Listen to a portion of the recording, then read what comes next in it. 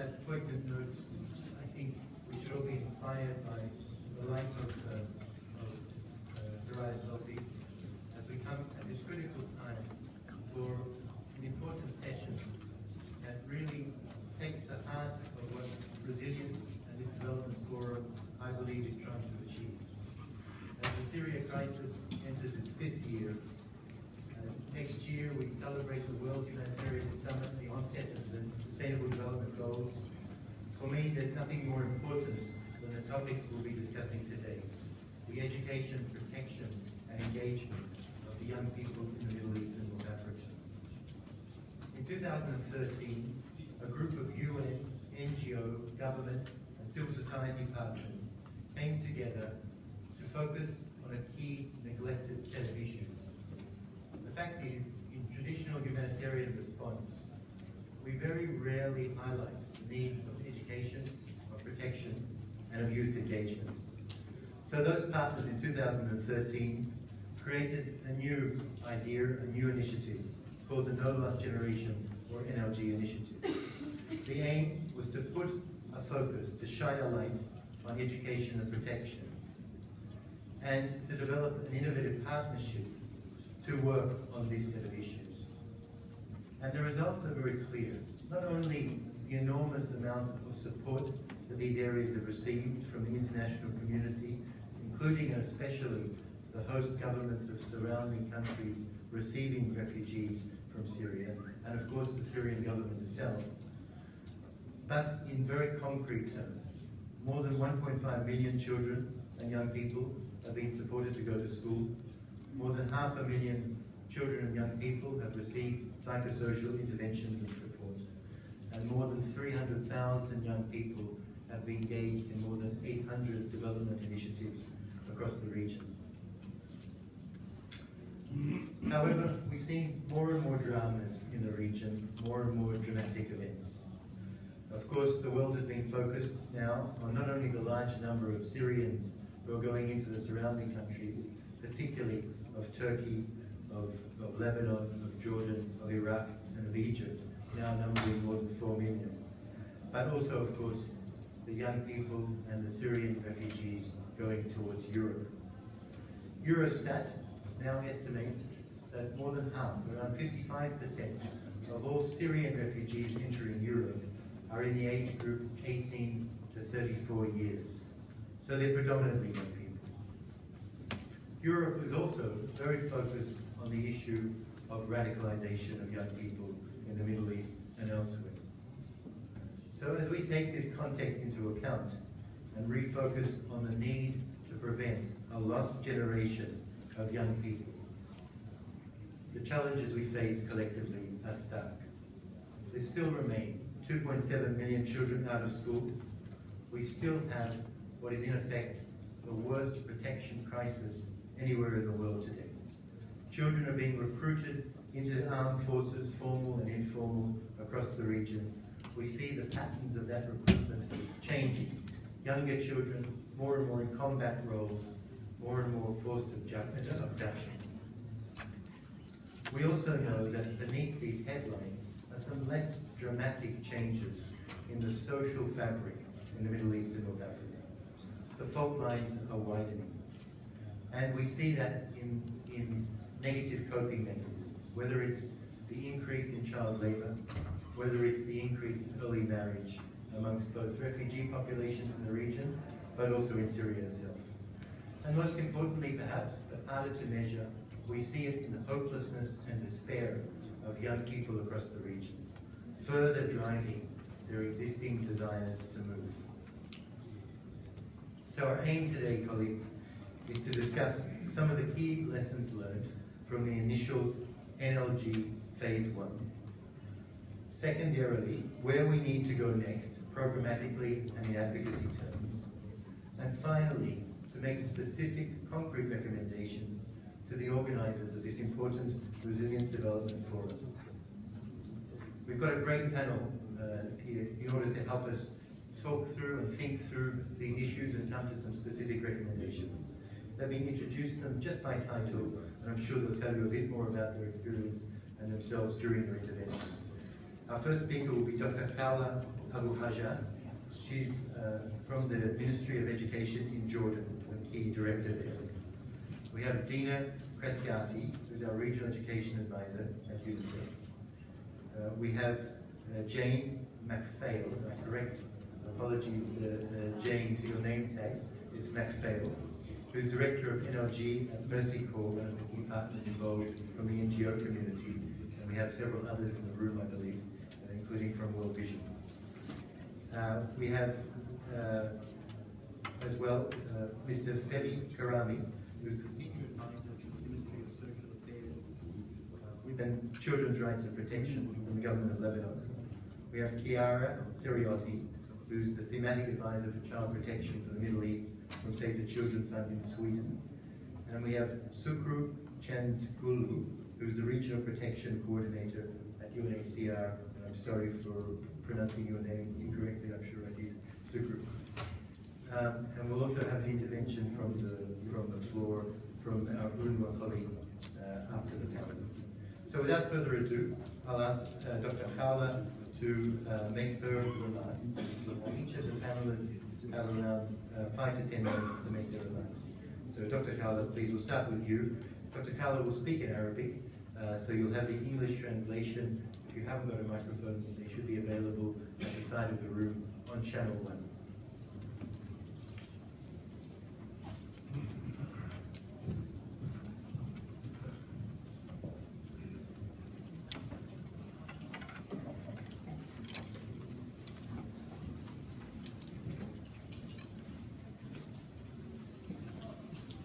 بسم الله الرحمن الرحيم. صباح الخير. سأحاول على عجالة أن أنقل لكم ما أريد بشكل إن شاء الله واضح ومفهوم للجميع. فالعشر دقائق ربما لا تكفي، ولكن سأحاول أن ألخص. الحكومة الأردنية تتيح فرصة التعليم للجميع، حيث تكفل الدستور الأردني من خلال التشريعات والقوانين والتعليمات والاتفاقيات الدولية التي قامت بها الحكومة الأردنية بالتوقيع عليها حق التعليم للجميع بصرف النظر عن العرق والجنس والدين، وفي جميع المراحل والمستويات، كما ساوى بين الأردنيين وغير الأردنيين من حيث القبول في المدارس الحكومية والخاصة ومن حيث التعاون. العملية التربوية كما تعرفون هي ركيزة أساسية من ركائز تقدم الدول وتطورها، وهي تنطلق من سياسة الدولة وأهدافها للسير قدما في ركب الدول المتقدمة وتحقيق طموحات شعوبها في الرفاه والازدهار، لتخطو خطوات واثقة في مسيرة العمل والبناء وتحقيق مزيد من الإنجازات على الصعيد كافة.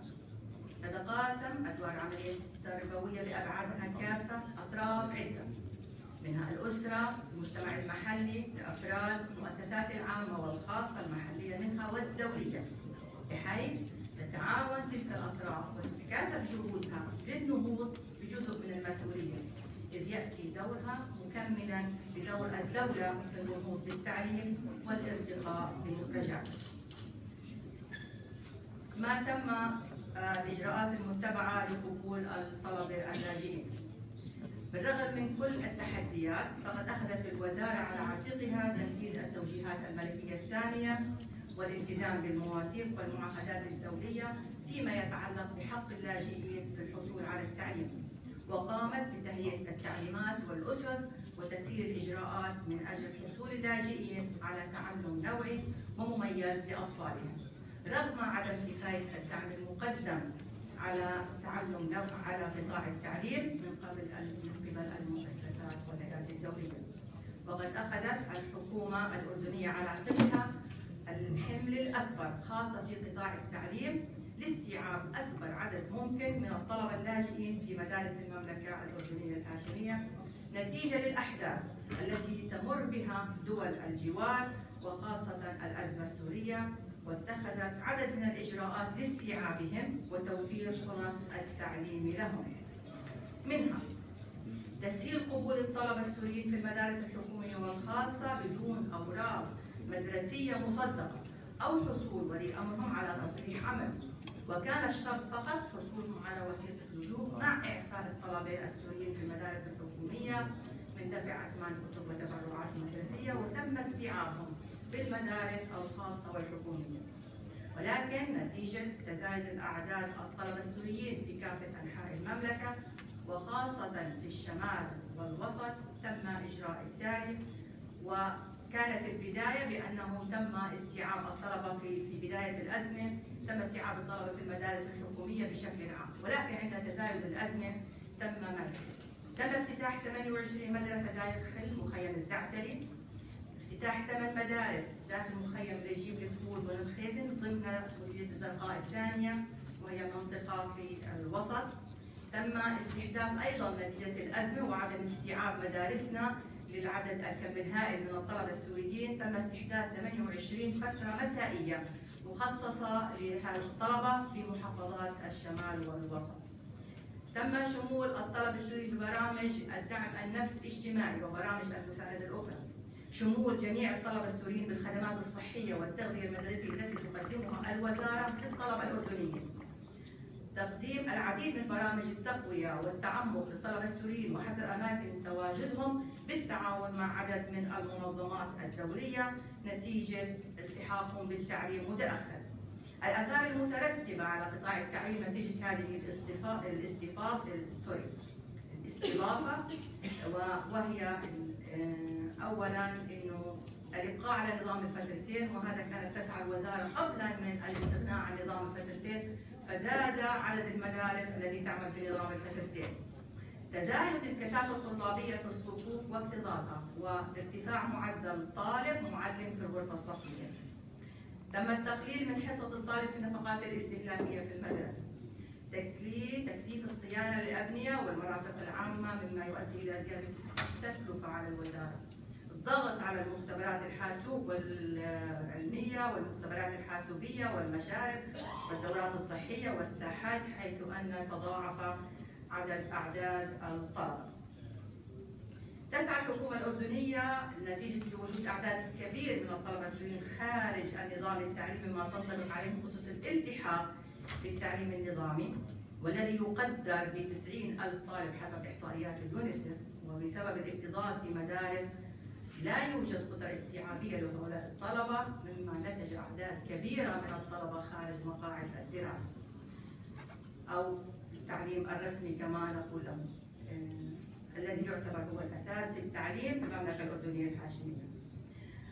وهناك أعداد لا تنطبق عليهم تعليمات الالتحاق بالقبول، تم الحاقهم بالتعليم غير النظامي، وهو أيضا جزء تلجأ إليه وزارة التربية والتعليم في حالات نادرة ومتعذرة، ولكن الآن قمنا بالتوسع في التعليم غير النظامي، أي الطلبة الذين تزيد أعمارهم عن 12 سنة.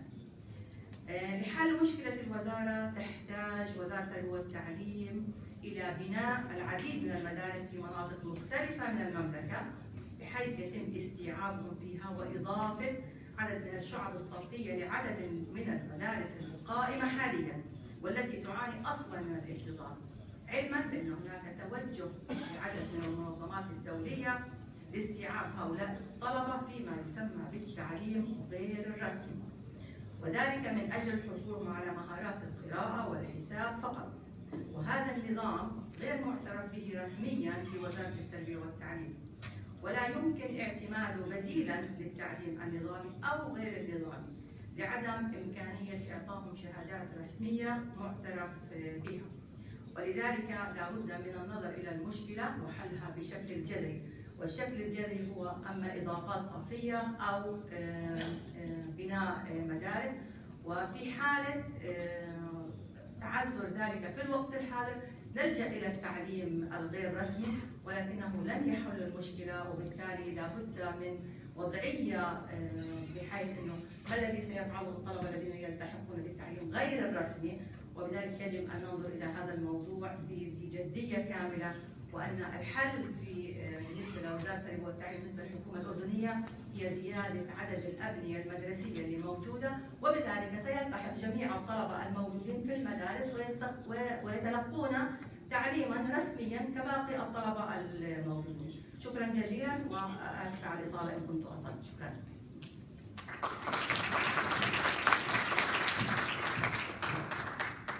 Thanks so much, Dr.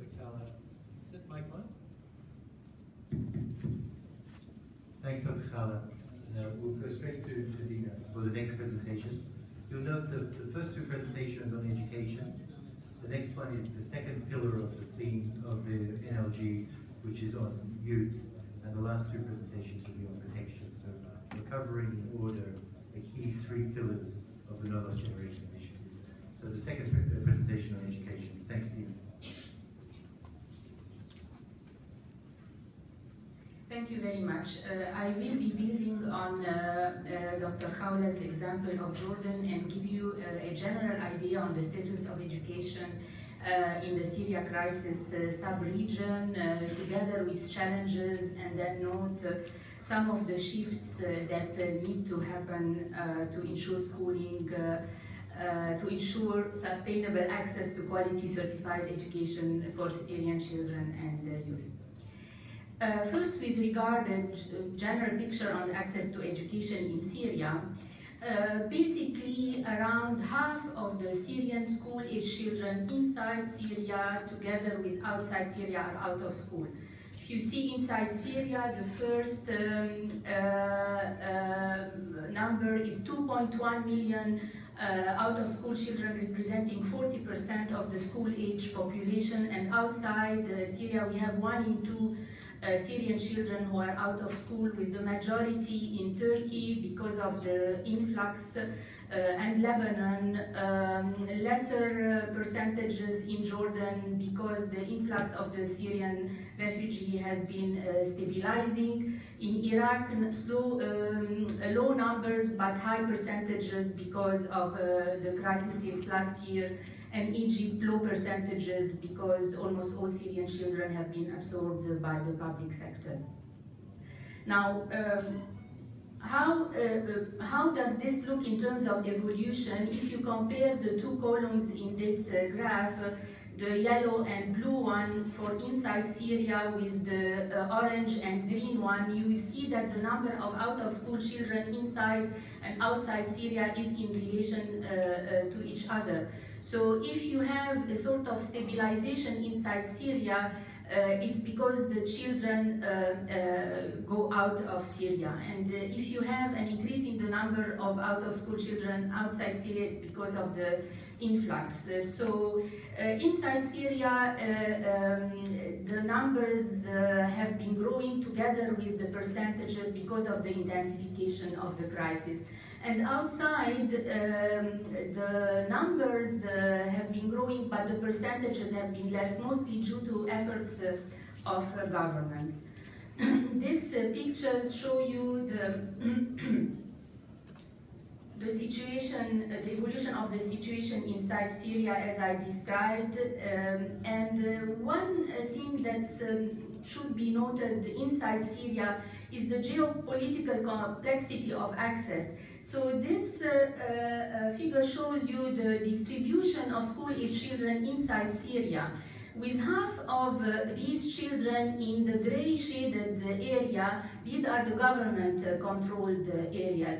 The other half are in around 1 million in ISIL-controlled areas, and the rest in opposition-controlled and that are blue, and the Kurdish areas that are green.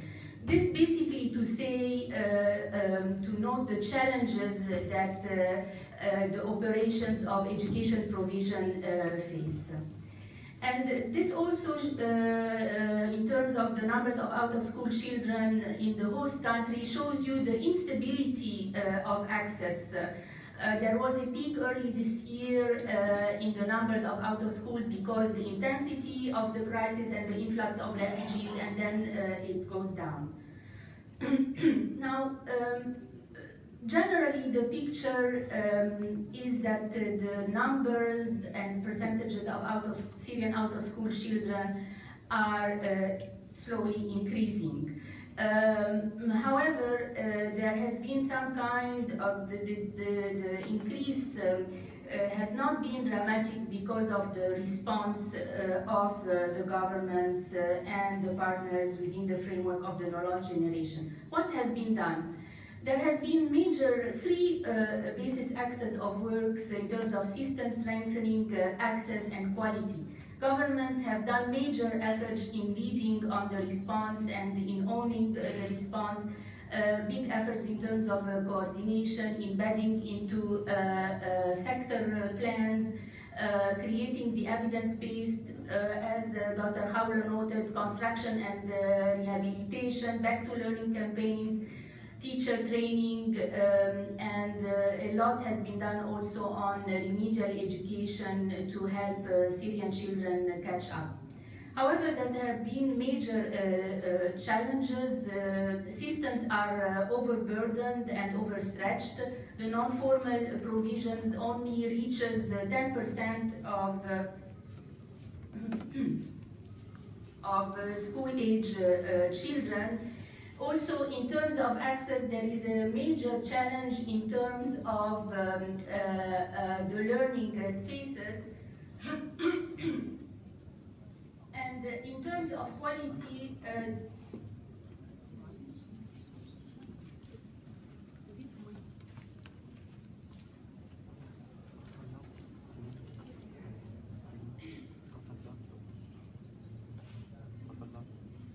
I don't remember by heart, otherwise I would have continued.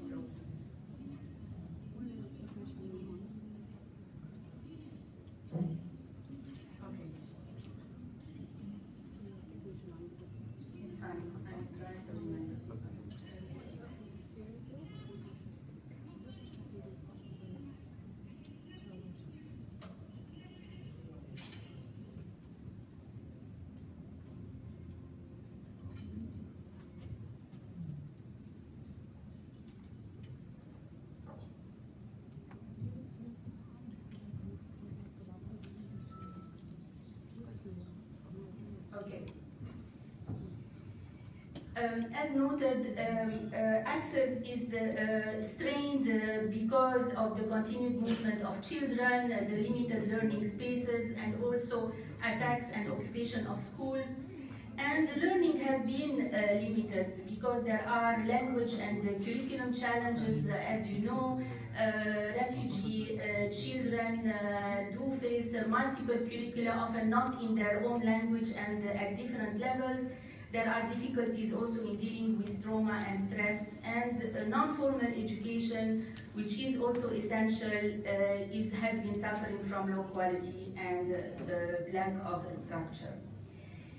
Now, what do we need to do in order to improve and scale access to quality and certified learning? There are two shifts that are needed within the framework of the NLG.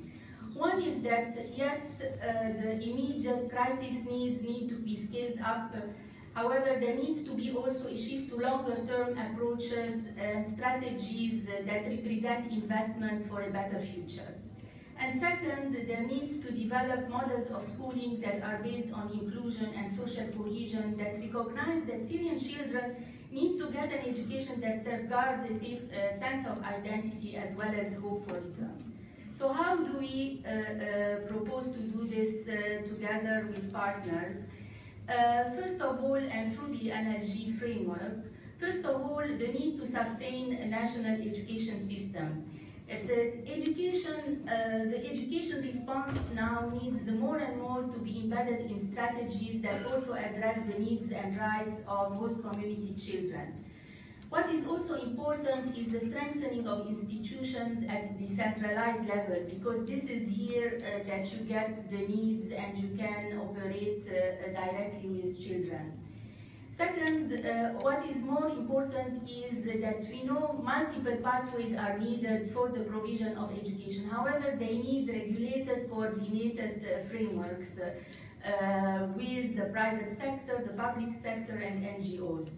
And the issue of certification needs to be addressed. So we have undertaken a study in UNICEF on the status of accreditation and certification, and the study, you have copies here and you can visit our booth, but it shows that one of the major challenges now facing access to education is the issue of certification. Parents want their children to go to school, yes, but they want them to have a certificate.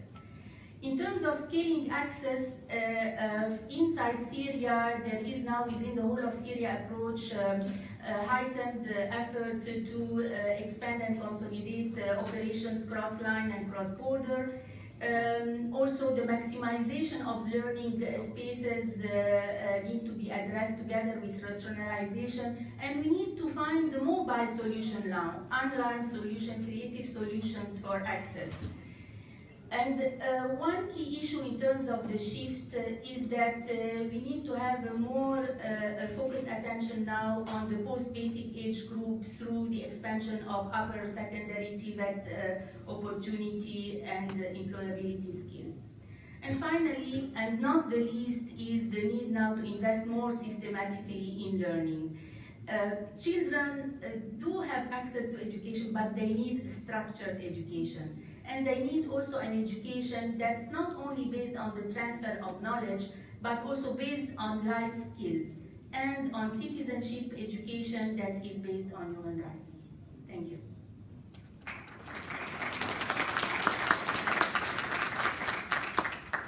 Thanks so much, Dina. We're going to move straight to our next thematic area, which is on young people, and Jane McPhail from Mexico.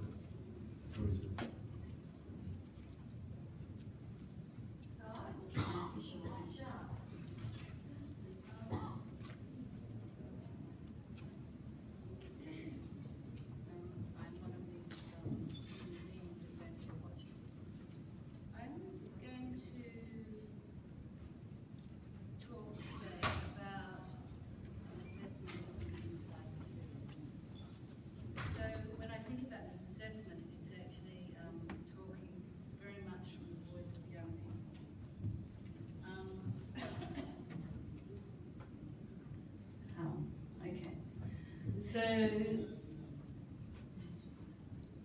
we know these things are true. We know that young people are paying the highest price, particularly in this environment. This assessment was actually part of NLG1's first launch into Syria to see what was happening, what the young people were saying they needed, and also for us to try and make a link between agencies, because we truly wanted to continue our work inside Syria, and we needed to be creative in how we did it. The areas that we prioritised were, of course, the needs and gaps and their coping mechanisms, how adolescents had their own view on what they were looking at in the context of their communities and their families, and most especially for the future. Then we looked at the roles of how families and the communities looked at young people. And then we looked at who they turned to for support. If you have a look at this, we did 120 focus group discussions, 60 males, 60 females in total. Nearly 500 people we spoke to. And this was over quite a long period of time. And we were incredibly cautious how we did it. But the particular areas that we wanted to also focus on outside of what I've already talked about is, what do kids think about safety and security, the educational needs, employment and livelihood, health, participation in their roles in the community, how are they seen, what do they think, and what do they think other people see as well. And of course the LGBT concerns. This was actually taken from a young man in 2014. Quite interesting, even at that stage he was thinking about hopping on a boat and going to Sweden. I looked at that and I thought, I wonder if he's got there. He said he was tired of dreaming about food and whether or not he would get food that day. So we walked into opposition-controlled areas and besieged areas, and areas, of course, that were safer and had better services. In areas of Homs and Salemia, what we did was we actually looked at what the specific area issues were for young people. So in Homs, of course, there was a great struggle for young people not to join the combatant forces. And work on social cohesion for that at that time was very dangerous. And many youths engaged in civic media and humanitarian work, and drug use at that time had actually increased.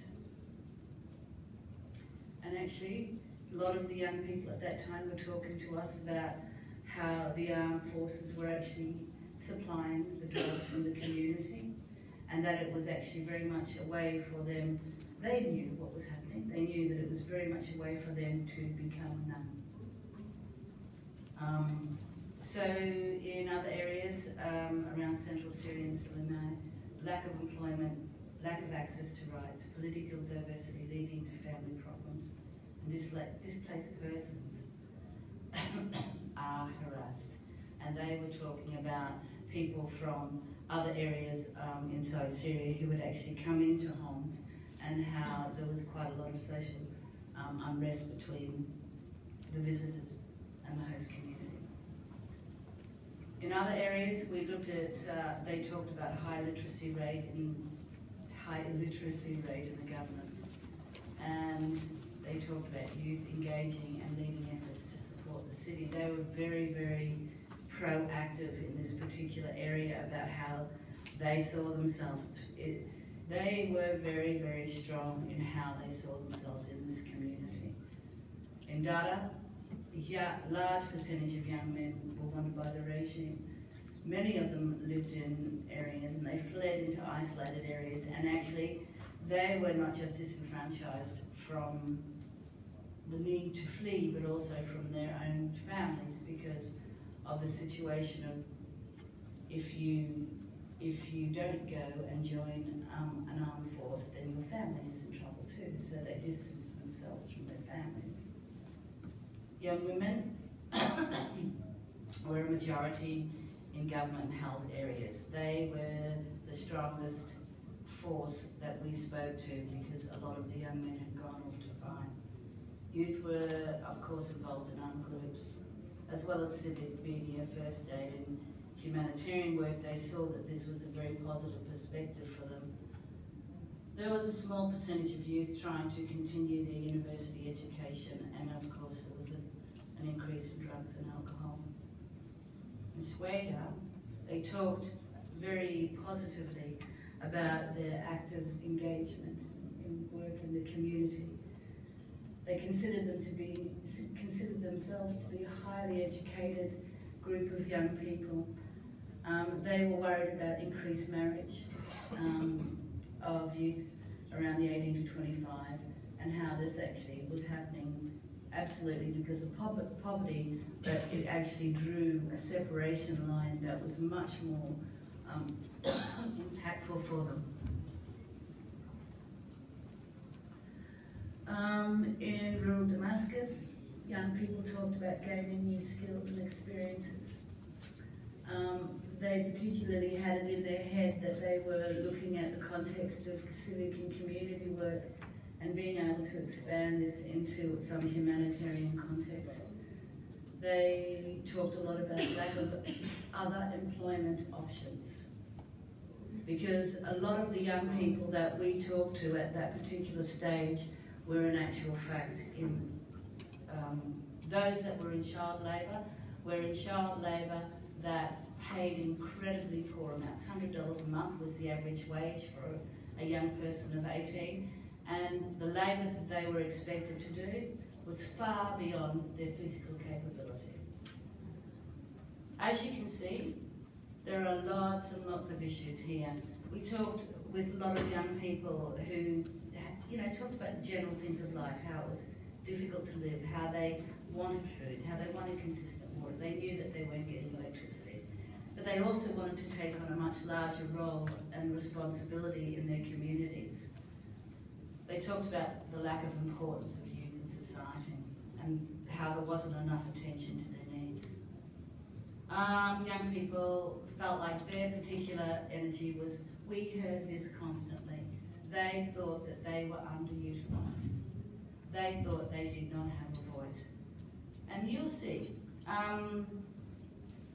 So some of the key findings that we looked at were, of course, parents said very clearly that up to 96% of parents that we interviewed said education was one of the key elements The young people, not quite so high, but for them, some of the biggest conversations that were happening was that if they couldn't go to school, they didn't want to lose the ability to use their brain. So they already had in their head, how do I not stop myself from not keeping myself from relearning even if I can't get to school? We talked a lot about security. They talked a lot about security. As you can see, it was the second highest element. Of course, health, food, work, shelter, emotional stability. And when we got talking with young people, these were the elements in this order that they said they go to in order to survive the craziness of their life. They talked about illegal actions, depression, rebellion, dropout, armed groups and drugs. Isn't it interesting how armed groups is higher than drugs and alcohol? I thought that was fascinating. So, support, these were taken as, when we did the analysis in this particular assessment, these were the general findings. Support female adolescents in getting involved with their communities, outside the family circle, and reconnecting with their friends through small-scale community projects to reduce isolation and hopelessness. Identify possibilities and support the inclusion of male adolescents in relief and community support projects to foster a sense of agency and purpose. Of course, while enhancing their other skills. Raise awareness amongst parents and community at large of the adolescent needs. This has actually been one of the very biggest hurdles that we have undertaken inside our Syria projects. Where we are constantly talking with parents and doing parent awareness sessions so that they can actually have an understanding about what happens with young people. In the report you will see that up to 70% of family members were actually saying that the young people were more of a drain than what they were unless they offered a practical value to the family, like bringing up the small children or collecting the water or going to get humanitarian aid. So the concept for families was quite difficult. Access to education, including informal, solutions to finishing university and development of training, vocational trainings, employment opportunities that add a value context to the family and to a sense of self-worth. Social media access to the global community so they can learn. Activities in adolescent centres need to be available at a reasonable distance, and above all, parents' approval must be gained. The young people who actually took part in this were very determined to have a voice, and even when buildings were being blown up, they were coming back in order to make sure that someone could hear them. Thanks for listening.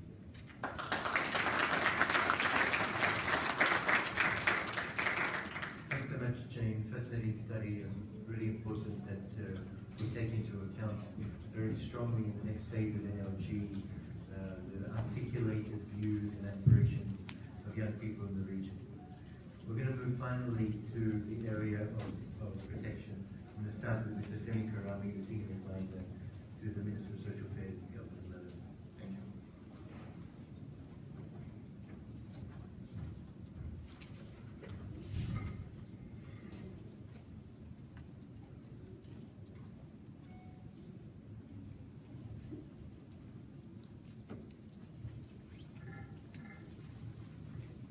صباح الخير جميعا.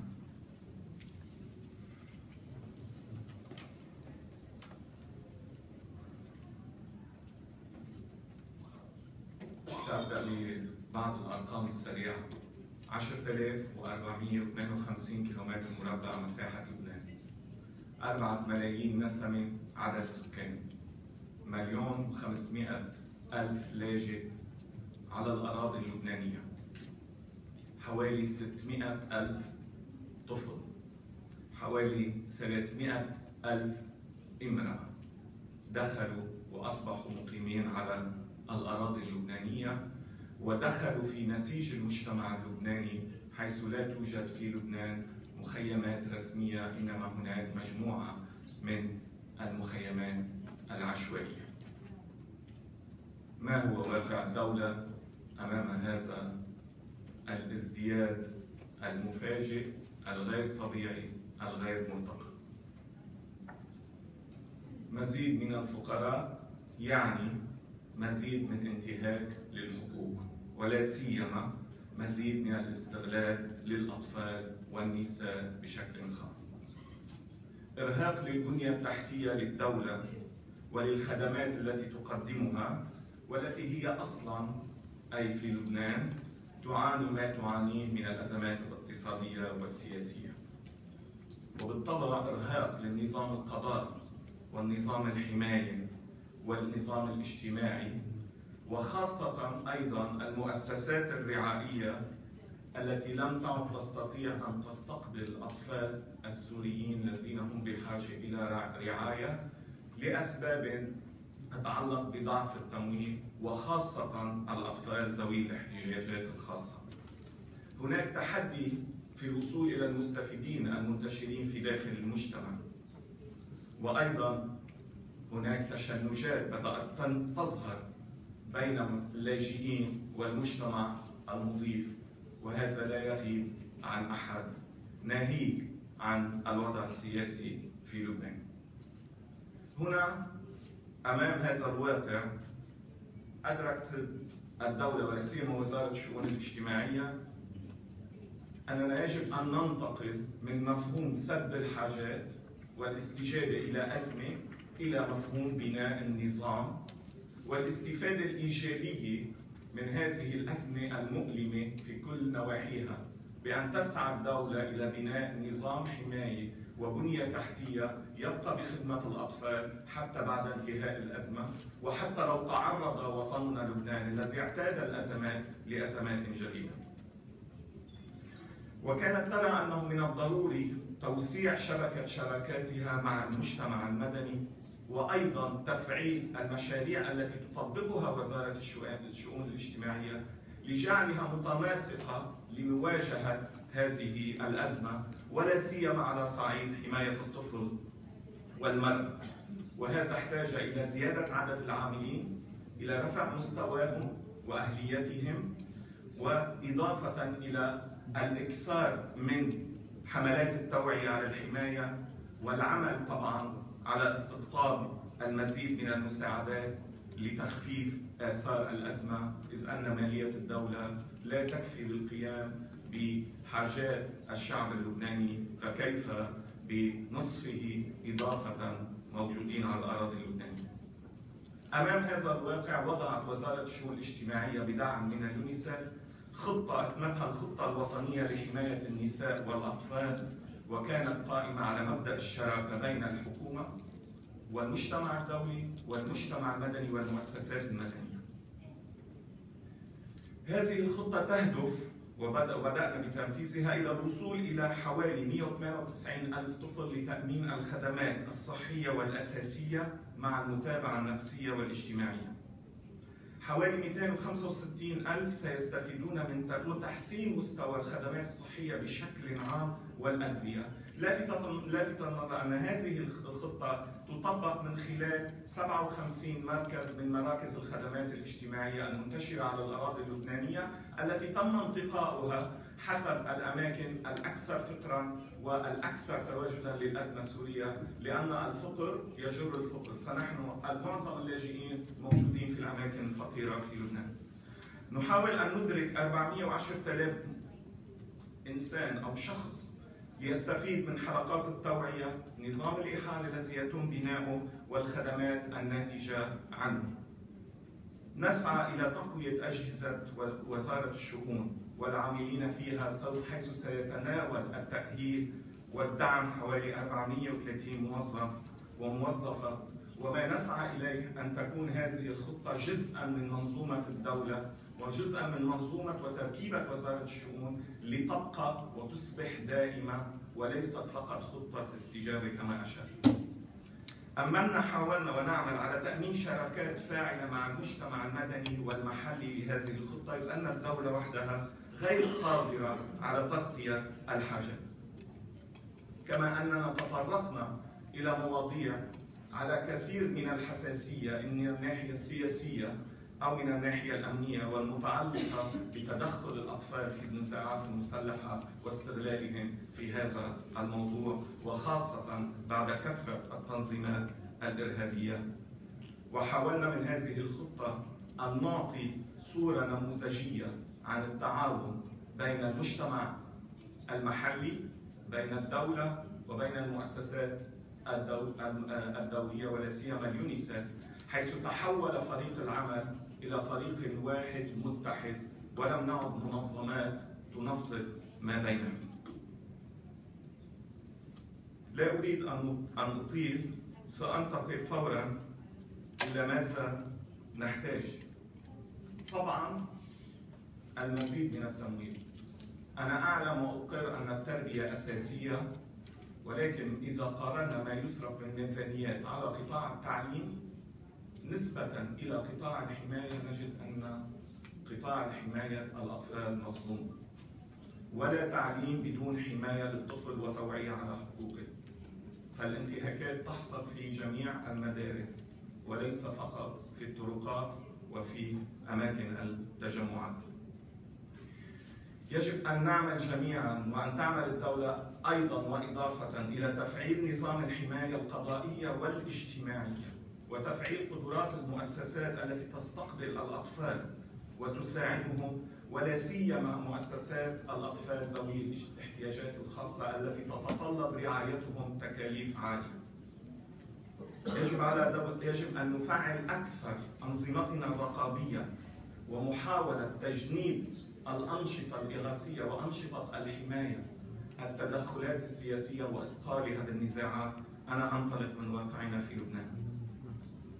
رفع مستوى التنسيق وتبادل التجارب الناجحة، ولا سيما بين دول المجتمع، بين دولنا نحن العالم العربي، فنوفر على بعضنا البعض إضاعة الوقت في خوض تجارب قد تكون فاشلة. ونحن اليوم في وزارة الشؤون بدأنا هذه الخطوة بمحاولة التعاون والاستفادة من تجربة المملكة الهاشمية الأردنية من جهة الخط الساخن، حيث نعمل على إطلاق خط ساخن تابع لوزارة الشؤون. يجب أن نوسع إطار العمل في صعيد الوزارة الشؤون، أن لا نكتفي بتقديم الخدمات في المراكز، بل نحاول أن ندرك المستفيدين بأماكن تواجدهم، وأن نخرج بمناهج وآليات موحدة. نحن نتعاطى، إذا تطلعنا إلى الأزمة السورية يجب أن نلقي في أذهاننا أن هذا الشعب السوري الذي هو منتشر على قطاع الأراضي العربية سيعود يوما إلى بلده، فإذا تعلم يجب أن يكون منهجه موحد، وإذا تدرب على الحماية وعلى الأصول على حقوقه يجب أن تكون واحدة، حتى عندما يعود إلى وطنه لا يصبح فئات بثقافات مختلفة. سنسعى إلى رفع عدد المراكز التي شملتها الخطة لتغطي وتؤمن تغطية أفضل وفعالة أكثر. المهم أن نعطي، وهذا أظن الكل يوافق عليه، أن يعطى الأطفال دور أكبر في اتخاذ القرارات المتعلقة بهم والمناهج التي تعطى لهم والوسائل التي نستعملها، والوقوف عند آرائهم وحاجاتهم وتجاربهم، ووضع الآليات لتمكينهم من ممارسة هذا الحق. أخيراً، دعم المجتمعات المضيفة. جميع المجتمعات المضيفة هي مجتمعات فقيرة مرهقة، وإحدى أسباب الحزازات الأساسية هو الشعور بالظلم. اليوم أنا بس بدي أشير، في لبنان بدأ بعض الشباب اللبناني يشتري جوازات سفر سورية مزورة ليغادر إلى دول أوروبا مع البعثات التي تستقبلها الدول الأوروبية. فهذه فقط رسالة لنرى ما هو الواقع. فالمجتمع المضيف إذا أردناه أن يصمد ويقدم فعلينا أن ندعمه. وأخيرا أختم بالقول أن وجودنا هنا في مؤتمر ترعاه مؤسسات دولية وتساهم فيه مؤسسات دولية هو رسالة إلى وعي المجتمع الدولي لدوره، ولكن آمل من المجتمع الدولي أن لا يتطلع إلى الأزمة السورية وأزمة عالمنا العربي من واجبه كمساعد، ولكن من دوره كشريك في هذه الأزمة أسوة بكافة الدول العربية. ولا أقصد من الناحية الإنسانية، إنما أقصد من الناحية السياسية. فالواجب على المجتمع الأوروبي ليس فقط المساندة، إنما أن يلعب دوره كشريك أساسي في الأزمة وفي حل الأزمة السورية. إذا لم تحل الأزمة السورية لا مجال لأن نستوعب المزيد من الأطفال مهما وضعنا أنظمة، مهما وضعنا أسس حماية، مهما عملنا. وشكرا.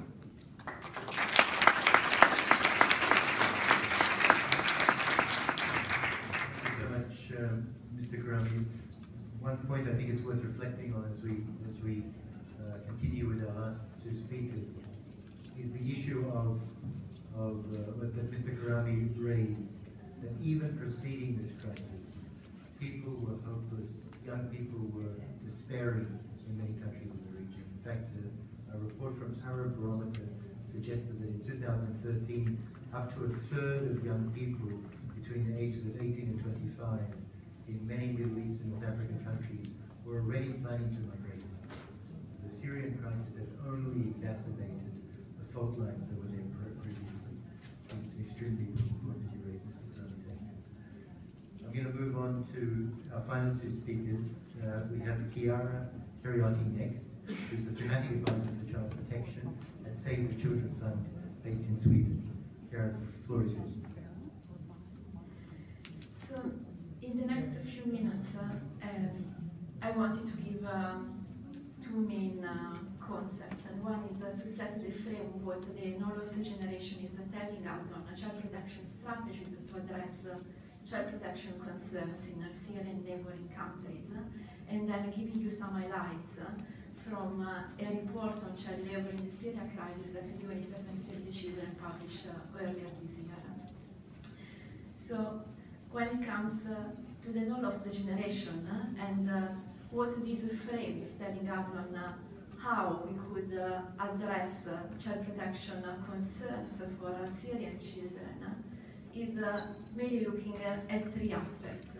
The first one is building access to quality community-based child protection services. So really working closely with the communities and involving communities in telling us what the needs are and what the solutions would be. And secondly, looking at specialized child protection intervention and services for the most vulnerable children who would be in need, for instance, of family-based alternative care, legal aid, referrals to specialized services. And finally, strengthening national formal child protection systems. So looking at laws, policies, and working with the formal system in place in the countries where we work. There are also three main cross-cutting strategies that are common to these three child protection strategies and that will support all our work, and is looking at integrated approaches, and so how we child protection actors, we can also start looking into more strategic collaborations with other sectors, and that foremost with education and livelihoods, to try to address those main child protection issues. At the same time, looking at evidence generation, so demonstrating how our interventions are effective to address these concerns, and building an advocacy component that we realized was somehow missing in our first No Loss generation.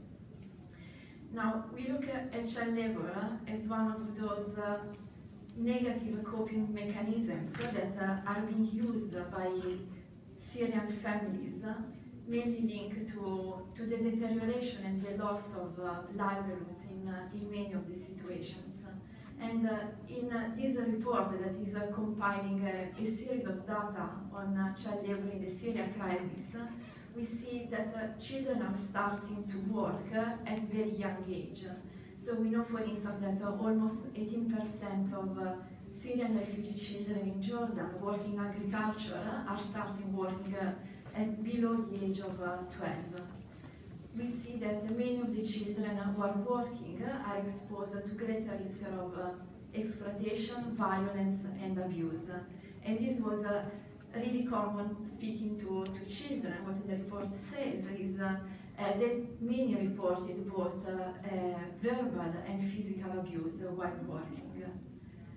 It looks like that most of children working are male, but we also need to recognize that girls' labor might be unreported or less visible. And so making girls at risk of greater risk of abuse and also sexual abuse, where girls are mainly involved in domestic labor, for instance. And finally, we see that the consequences of work, of harmful work on children, are widespread and long-lasting. For instance, one of the data in the report says that 70% of children working in a Zaatari camp in Jordan were reporting health problems. If we look at the reasons behind child labor in the Syria crisis, we see that the first reason reported by children, because they are working, is to support their family survival. Where, for instance, in Iraq, nearly 77% of refugee children from Syria say that they are working to support their family. Same for the 36% of children in Jordan. The limited access to education is making child labor even worse. We know that the children who are out of school are at greater risk of being involved in child labor, and at the same time, children who are working are at greater risk of dropping out from school if they are in school. And this is going to be a big issue where, as we said before, the 50% of children, of Syrian children in the neighboring countries are out of school at the moment. And the limited legal status also increases the vulnerability of refugee families and also the risk of falling in negative coping mechanisms such as child labor. What we know from general studies, and I'm now referring to a study that was conducted in 2012 by the CALP, the Women Refugee Commission, the Child Protection Crisis Network, and Save the Children. And although we need further evidence to say that there are causal link between laborious intervention and the outcomes of protection of children in emergency situations, we can say so far that, for instance, conditional cash transfers in a child labor program are effective as they address poverty and economic vulnerability. And this is particularly true when there are also other services available that the children can access. We know that cash transfers can improve children's well-being by reducing the caregiver's stress in meeting their survival needs. And we have examples from other sectors where that they lead to believe that there are positive outcomes from using laborious intervention and cash transfers, for instance, in education and nutrition programs. And we also see that the use of these interventions is much less effective when for the worst forms of child labor, where, for instance, child recruitment, where reasons are not just linked to a livelihood situation, but we need to look further. And I would like to use this consideration just to introduce what my colleague Sukru is going to present on how child labor can be addressed in a comprehensive way in the Syria crisis.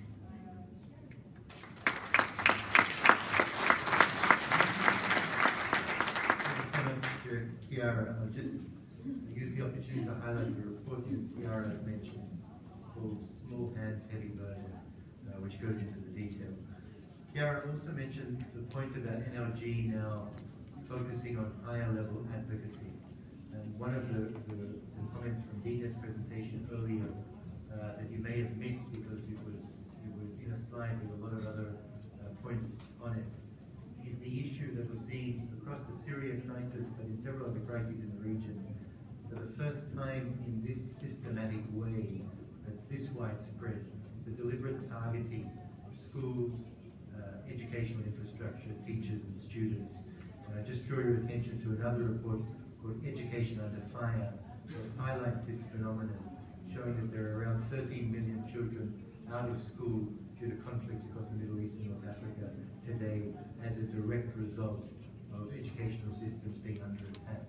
And it's a phenomenon I think we all need to talk about much more vigorously and publicly in the wars with all parties to the conflict at fault.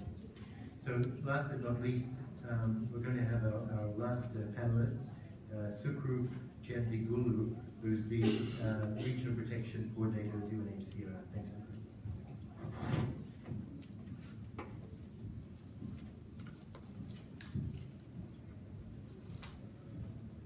Thank you very much. It's actually a pleasure to be here at the last speaker, of having been informed actually some of the issues that I'm going to say today, as already spoken by my esteemed panelists.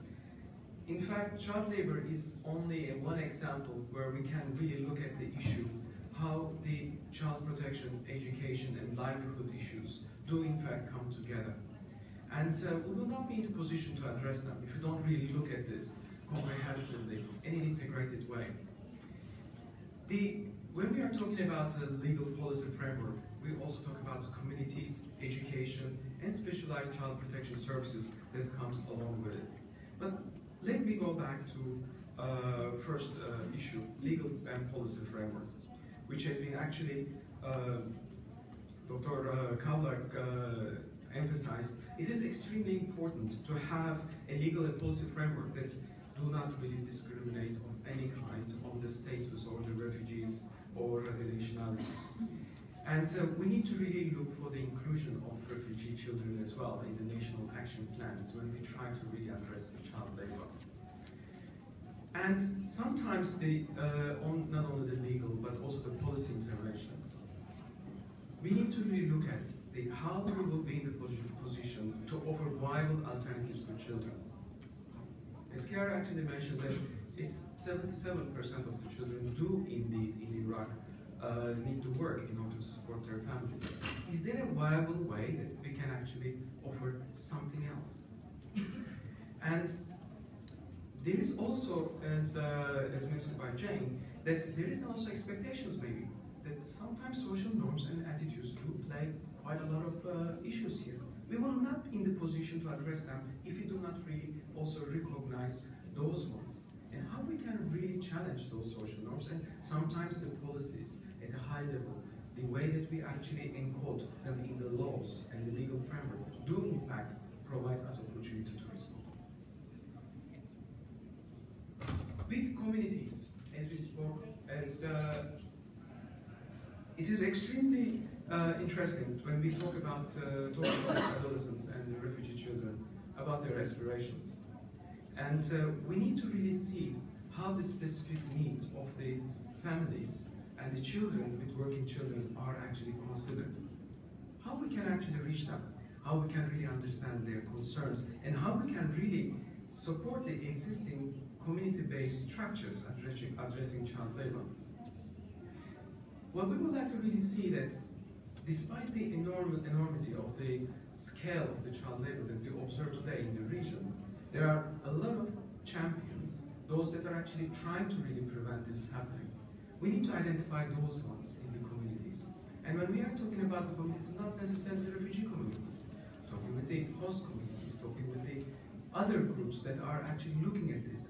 And we need to engage with them in order to really respond to this more comprehensively. And it is, as Dina also said, the safe and appropriate education opportunities, accessing, strengthening the systems is extremely important.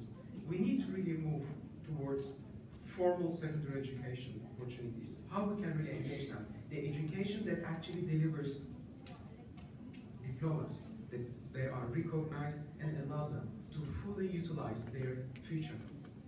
We need to really address the violence and the discrimination in schools, which is one of the main reasons why the children in fact drop out from the school.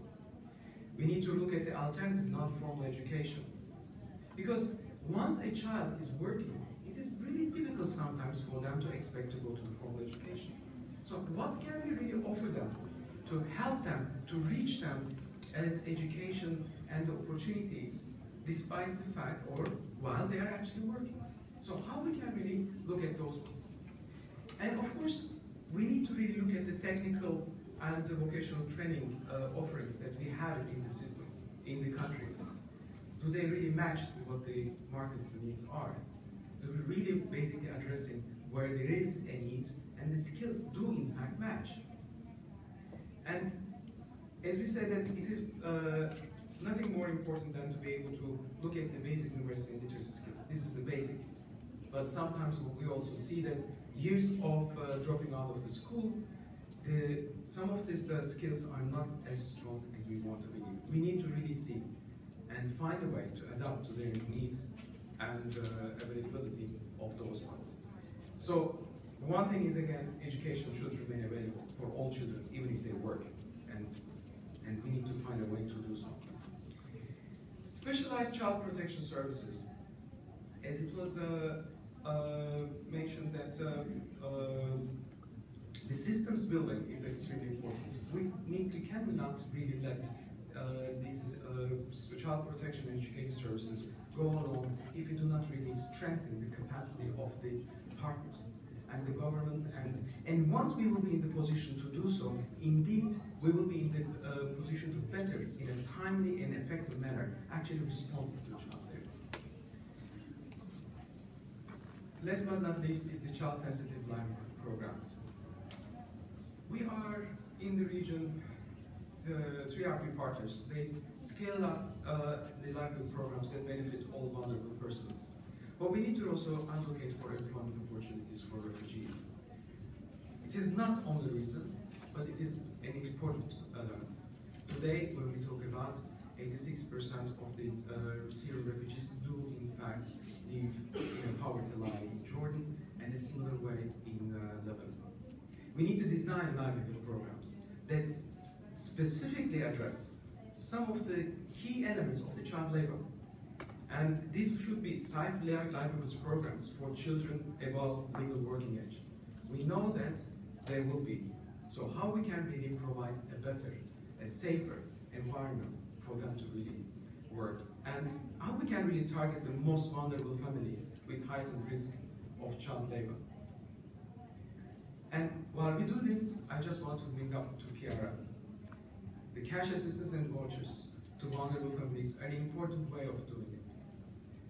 But also, if it's together done with the specialized child protection services.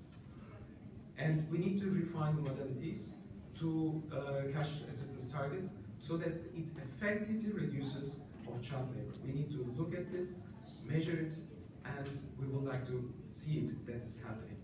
And of course, exploring expansion of conditional cash transfers to support the children to return to school. In Egypt, in other places, back to school campaigns are a perfect example for this. Thank you very much.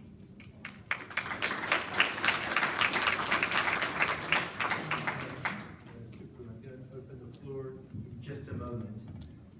But I think what you've heard is really that this crisis, which may now be like a typical protracted crisis born in the biggest human population movement since World War II, is challenging us. It's challenging us as an international community. It's challenging host governments. It's challenging our thinking about how to deal with challenges of this scale. It's also spawning a series of innovations. And I think the NLG has certainly been one of those. And you've heard some of the programming behind the label that I think really we can build on in the next phase of NLG. We've also seen both the huge generosity of host governments in the region, of the international donor community, but as well the fact that the system is straining at the seams. We can no longer cope. So we need ideas from all of you, and I know we have a tremendous audience actually with enormous expertise from donor governments, UN, civil society, host governments, and and the private sector, and many colleagues who we know well in leadership positions across the region. So I'd like to open the floor. I'd like to start with our colleague from UNRWA, Niels Raymond, who wants to also make some parallels with UNRWA's work in regards to one of the other protracted crises in this region, perhaps the longest of all, the Palestinian situation.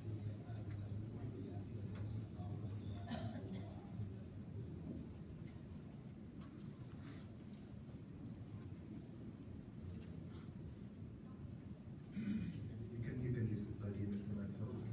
We will need a mic, the organizers, for questions, so hope we can fix the mic in the meantime.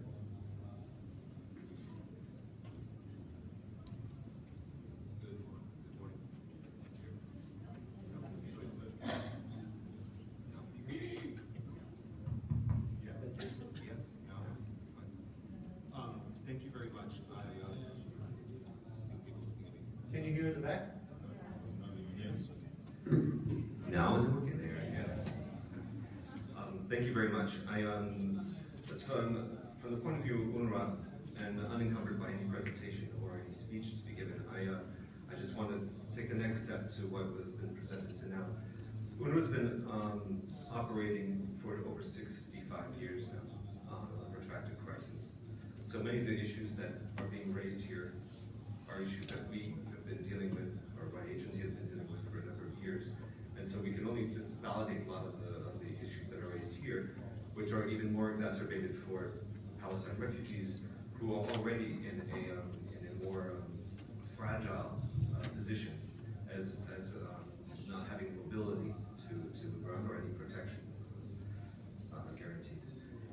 Currently, UNRWA is providing education for 500,000 students across 4 countries. There are 700 schools, a number of TDA centers, 7 or 8.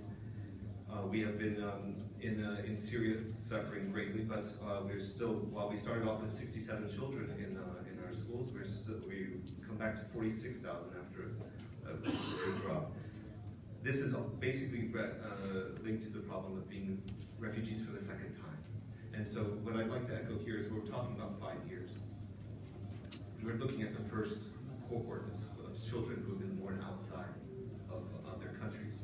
And the accreditation problems that Dina is exacerbated by protection problems in terms of identity and paperwork. These are issues that we work with still into our the 3rd generation of refugees.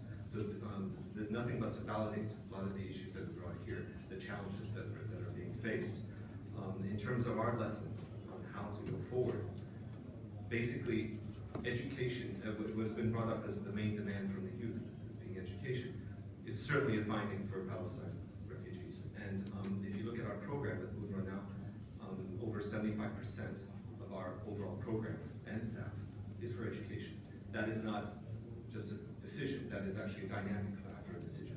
And it's really our biggest program. And the quality of our program is what is we see and our partners see as the driving factor to resilience. It is really about a quality program that delivers what the students need. The latest reform, educational reform that was launched in 2011, is taking the road to a lot of the recommendations that have been brought up in the low-loss generation discussions on trying to get more child-centered, trying to inspire critical thinking, to inspire higher order thinking skills. These are the elements which we need to bring forward. Strengthening the resilience and strengthening education systems can only be echoed by what we're living through in UNRWA, using structured education systems while we innovate and do self-learning materials in partnership with other agencies, and we use them as best possible. They will never replace a structured education accredited system. And we have to make it clear that while we're making progress on non-formal, we have to keep on strengthening our systems.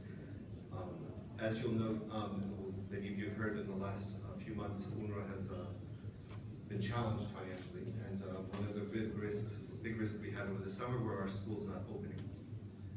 And this is something which our Commissioner General has echoed around, and while we did open our schools, we're faced with continuing challenges in financing our education systems. I could just emphasize again that we need to maintain the systems. There are no true valid alternatives to the education systems, even though we do deliver on a formal basis. And what we've managed to do, and the partnership which the NLG is representing a portion of, the partnerships are really what has made UNRWA achieve where we are now. UNESCO has been part of the founding of the education program of UNRWA and has been providing technical assistance on a consistent basis. UNICEF has been working very closely with UNRWA for a number of years in the context of our fields. So the partnerships that are represented here, we've number of saved, and I say a number of partners, that is coming into on a common approach, common framework, is the one lesson which I would want to echo from UNRWA's part. Thank you very much. Certainly a lot to learn from the UNRWA experience and indeed from the Palestinian crisis over many decades. And clearly also, I think, many of you working in countries outside Syria, I know we have Louise Grande here, for example, the PSRSG from Iraq, will recognize that these issues are of course relevant to Syrian refugees, but are also extremely relevant to countries like Iraq per se. And I think many of you across the region will recognize these issues are common issues. And the concepts of NLG do apply to many other countries and situations across the region. Okay, let's hear from this distinguished audience. We'll take questions. Please introduce yourself by name and organization, and just tell me who you'd like to direct your question towards. I'll take 3 or 4 questions at a time. I have the gentleman in front row, please. Thank you very much. Thanks also to the speakers for excellent presentations. My name is Mohammed Hamdan. I'm a Jordanian educator. I present a fund. I'm senior advisor for the Arab Open University, which is established by Fund, which is the Arab Gulf Program for Development. Sir, we all know that there is no good substitute for formal education at the school level. And we heard from Ms. Dina that they have a program of online education. However, this is not accredited or recognized because there is no good substitute for the proper school environment, and this is understandable. However, perhaps a blended open online learning approach could be a compromise between the formal education and the online education, in which Jordan has stretched its capacity to the limits with, the schooling, the classrooms, and the two-stage teaching at every school. But if we use the weekends for partial, face-to-face, blended, open learning education, wouldn't that be possible? It is used at the university level, not at the school level, but because of the difficult circumstances, we could do that. The other question is that also Ms. Jane had mentioned about students in Daraa are striving to, a small percentage, to have university education.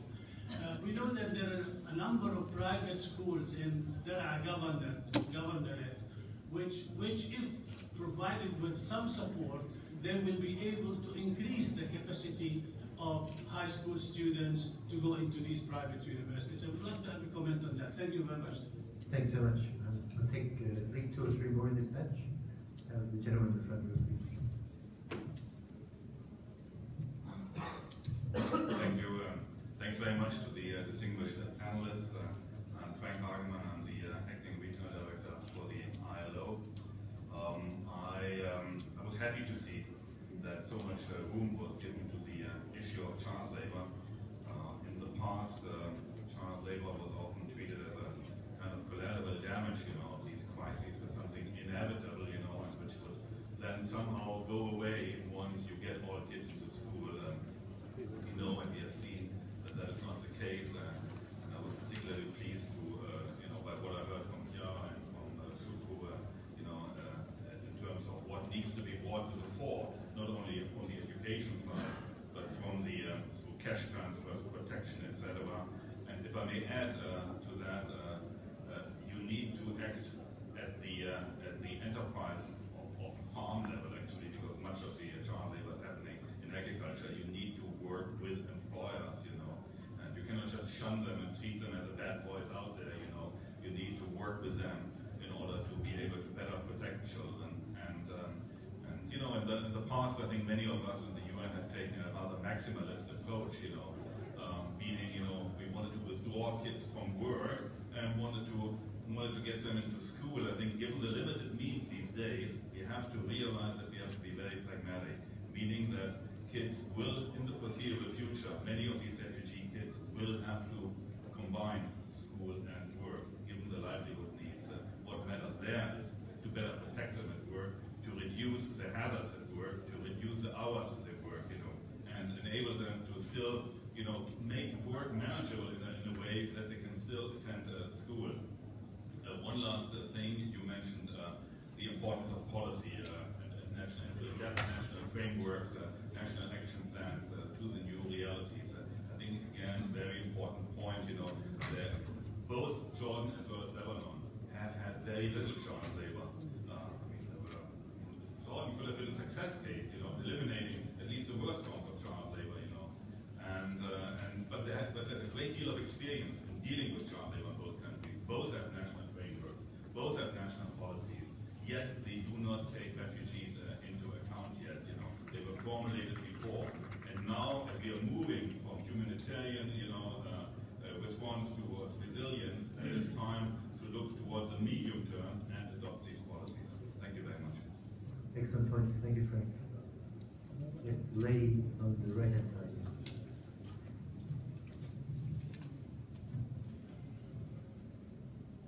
Hi, I'm Frances Charles, the Regional Advocacy Director at World Vision. I want to echo thank you to all the panelists for your contributions. I wanted to talk about one of the really important pillars of NLG, and that's the third pillar of youth. And it was thank you, Jane, for your presentation on that. I think what we really want to make sure that we use this Resilience Development Forum as an opportunity to move beyond looking just at livelihoods for youth and think this is not enough to empower youth as peace builders for the future. And I think my question would be, are we giving enough thought to youth beyond just the question of livelihoods and looking at economic security for youth? How are we looking at empowering them with the skills they need, not just as refugees in the host countries, but also inside Syria itself? Have we done enough in the 3RP to address this programmatically? Are we asking the right questions at international levels and putting enough emphasis on that? I want to know, Jane, if you think this is something that we need to be doing more research on, or is it just a question of taking those researches and really making them operationally sound in the 3RP and what we're doing at the moment? Thanks, Francis. I'll take one more. Call into a question. Yes, gentlemen, second row.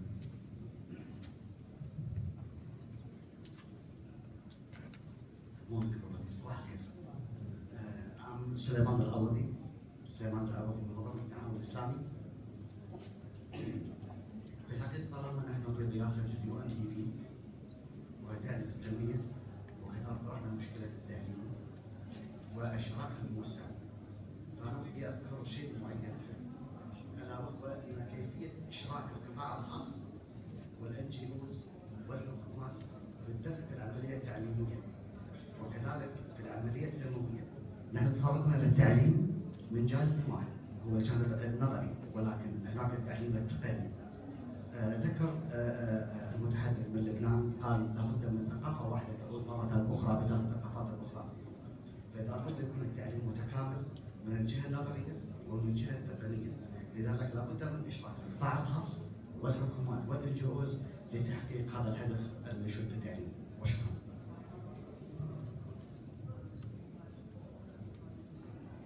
Excellent.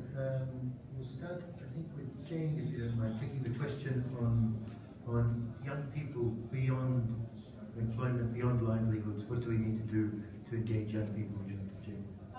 You know, some of the biggest and most commonest things of thought that come from young people is that they actually don't have a voice. So we come back to the context of how do we give young people a voice. And so it's all very well for us to use the language of advocacy platforms, but actually what does that really mean? And so, and I appreciate what Save the Children was saying. certainly for NLG1, there wasn't such a focus on how we give young people a voice. Certainly for NLG2, there is absolutely that focus now. But I think that before we give young people a voice, and I heard someone mention this before, you know, we've done some amazing assessments around the world for this reason, for this region. But there's some really critical areas. Before you give young people a voice, young people first have to, and I'm saying this very generally, so I mean no offense, but young people actually need to learn how to think for themselves, because we have generations of young people who actually have the rhetoric of the families and the tribes, and part of what they're looking for is, yes, a voice, but how do you get a voice unless you begin to understand how to think for yourself, how to think critically? How do you actually then take that new language and that new context of thought and put it into an open arena? And it might even be as simple as something as debating. You know, like it might even be as simple as, how do we really take this wonderful platform language and bring it down to the grassroots level? I truly think that in NLG 2 and 3, perfect timing to do it, all right? And I think that it's actually something that we need to make very practical. We need to have very liquid solutions, because, and I use that term because inside Syria, it's not always easy to think about the things that we can do in Lebanon and Jordan, for example. So how do we stop talking about, oh, we can't do it, and how do we start talking about how can we do it inside Syria in particular? So I would like to see some really basic beginnings, and in our education and in our informal education processes, absolutely, we're starting to look at how we can do that. How can we give young people an opportunity to do their own research, to form their own opinions, to have a voice? I think it's well timed. And I really think we need to stop using this language that means nothing, like advocacy platform. What does that mean? Thanks, Jane. I'm going to ask Femi if you could comment related to this point, and most importantly related to the point from our private sector colleague Suleiman about the role of technical and vocational training and how private sector can be involved in those aspects. يعني أنا بس بدي كمل الفكرة اللي أضافتها زميلتي بقول إشراك الأطفال، خليني أحكي على الصعيد لبنان، إشراك الأطفال وسماع صوتهم طبعا بحاجة إلى يعني بنية، ولكن أيضا بحاجة إلى تثقيف المجتمع لتقبل هذا الرأي وسماعه. نحن بمجتمعاتنا فكرة الشراك والاستماع بحاجة بعد إلى نضج أكثر وإتاحة بالمجال إلى أكثر. نحن بلبنان في عنا تجربة بمشروع مع الدولة الإيطالية بإنشاء مجالس بلديات أطفال. كانت تجربة أنا بعتبرها رائدة وناجحة في بعض البلديات بالتعاون مع وزارة الشؤون بتمويل من الحكومة الإيطالية. أنشأوا مجالس رديفة للبلديات، وأصبحت هذه المجالس تعطي رأيها ببعض الأمور التي تتعلق بالعمل البلدي الذي يمس الأطفال. ونحن هلا كوزارة الشؤون عم نحاول نستفيد من هذه المجالس، بما أنه بدأت عند الآلية أن ننتقل أكثر للشراكة أكثر بإعطاء رأي.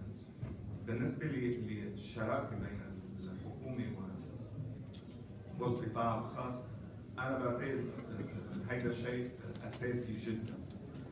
وزارة الشؤون قامت فيه من خلال مثل ما أشرت بالخطة الوطنية، وأنا هون بدي ضوي على فكرة أساسية.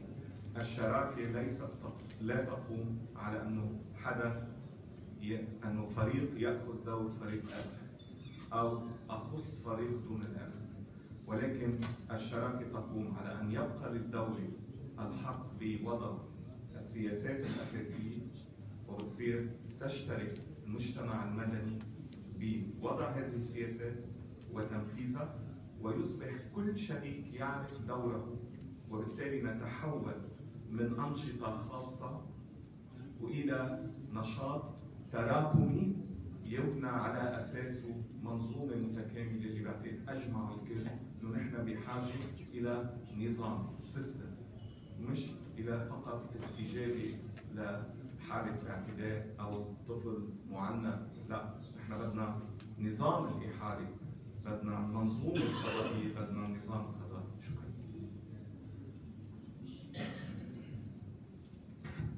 Thank you so much, Femi. I'm going to ask Dina and Dr. Khawla to look at this related issue of informal versus formal. I think it's an interesting point that we can make on this topic, because if we look, of course, purely from an educational standpoint, one can question sometimes the value of the informal side, as our colleague from the Arab Open University has done.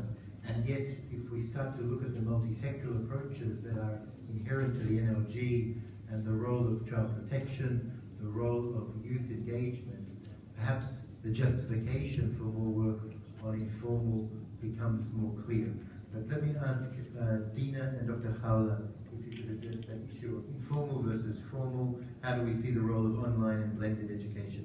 Maybe Dina first.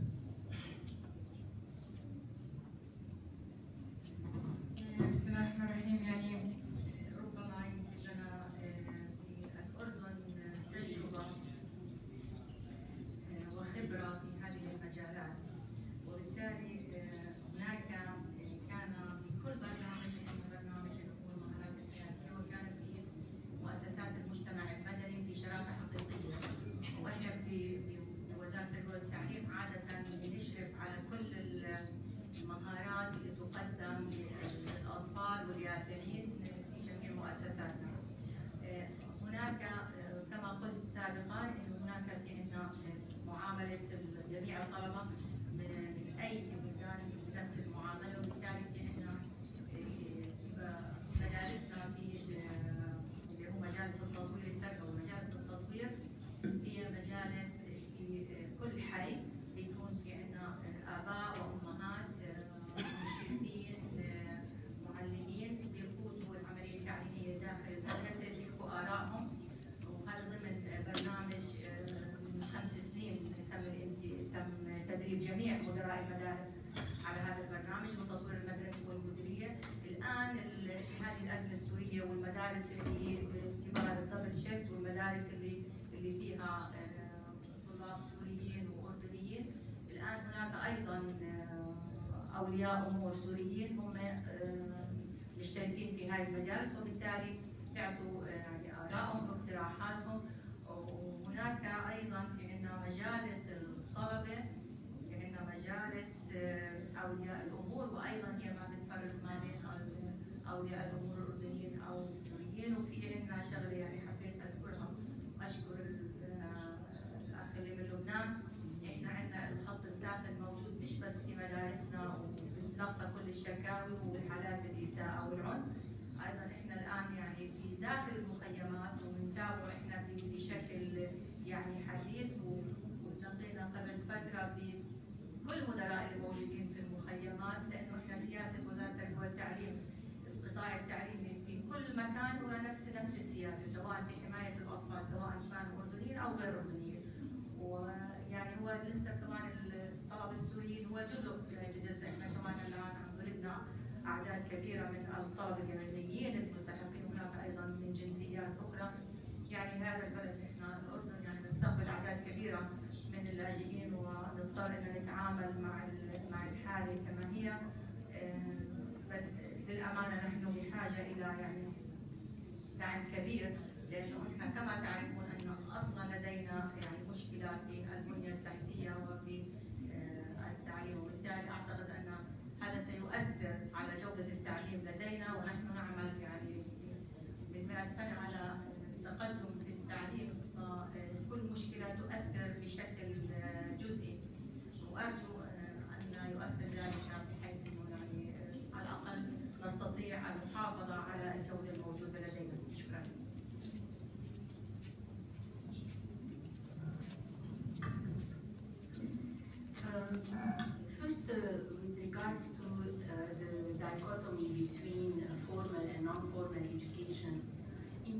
principle, this dichotomy shouldn't exist, and both pathways, let's call them pathways, should be part of one system.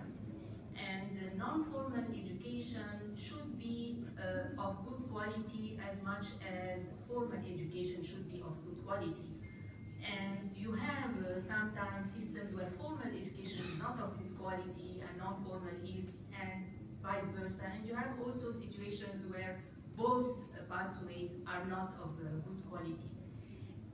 Non-formal education comes up when children are not capable to join the formal system because the formal system doesn't take them, because they have lost years of schooling, because they are marginalized, or because of crisis and war situations. What we should be striving at is that the pathway of the non-formal education is of good quality and leads to transitions to formal. Why? Because children and in fact need a structured education, at least at the most basic levels, the first 9 years of schooling, with a certificate. This is also a basic right. What does it mean to have a good quality formal or non-formal education? It's through a skills approach that doesn't just convey knowledge to children that they don't look at critically, but conveys knowledge to children on the basis of skills, cognitive skills, analytical skills, critical thinking skills, social awareness skills, personal empowerment skills, and also human rights. It's all one package, and this is what we should strive for, not only for the Syrian children, but also for all host community children. That's what I meant, that we need to invest in the future within the framework of the education in NRG by promoting quality education for all children. So it would be erroneous, and it wouldn't help us if we categorize non-formal as something and formal as something else. And this brings us back to the question you raised on online learning. In fact, the online learning, or we talk about, and here what we mean by it is the portability of learning, meaning that Syrian children, wherever they go, they can take their school with them, and Syrian children, wherever they go, they can have an exam and a certificate within this school. So how to do it? It's to put it in the cloud, whereby a child can register, can be assessed, can follow a class according to his or her rhythm, and can take a certificate at the end. This is possible. It's very complicated because we need legal frameworks to provide a certification and to qualify the learning of the children. But as we say, non-formal education can be of good quality. That can be also of good quality and must. All children, including the Syrian children, deserve it. And this is where, through an online learning, the dichotomy between formal and non-formal disappears. Because if you give a child a structured education that has its certificate, we are talking about formal education and effect.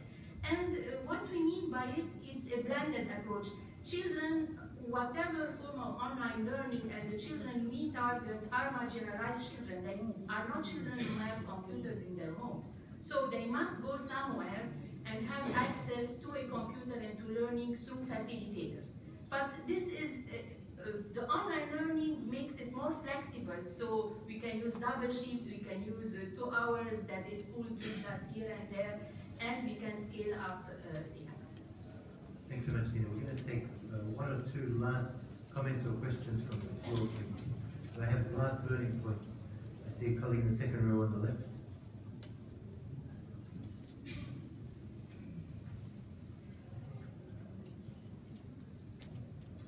Hello, my name is Gaëtan Ducroux. I work for the European Commission. The EU has been one of the strong supporters of the education response of the All Knowledge Generation initiative. My question is more related to the status of the knowledge generation and this linkage with national plans, the current regional plans that are being developed. The status was not fully clear at the start of the initiative. It started as an advocacy initiative to mobilize more support to those, and it became a kind of programmatic approach of how to respond. And my question is, what is the relation between the knowledge generation and all the ongoing process of planning diversity? Thank you so much, and I think there was a colleague on this side in the third row.